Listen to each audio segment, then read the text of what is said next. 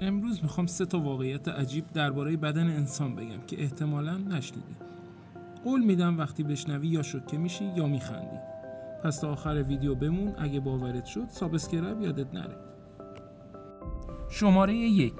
وقتی عطسه میکنی سرعت خروج هوا از بینیت میتونه تا 160 کیلومتر در ساعت برسه. یعنی عملاً یه موشک کوچولو تو دماغته. برای همینه که عطست رو نباید نگه داری، چون میتونه باعث آسیب زدن به رگ‌های مغزت بشه. شماره 2. بدن ما هر 7 سال یک بار تقریباً تمام سلولای خودش رو عوض میکنه.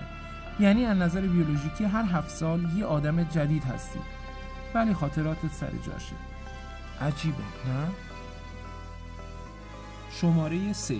انسان ها وقتی خیلی گرسنه میشن مغزشون شروع میکنه به تجسم غذا، ولی مغز نمیتونه فرق بین گرسنگی واقعی و گرسنگی ذهنی رو خوب تشخیص بده.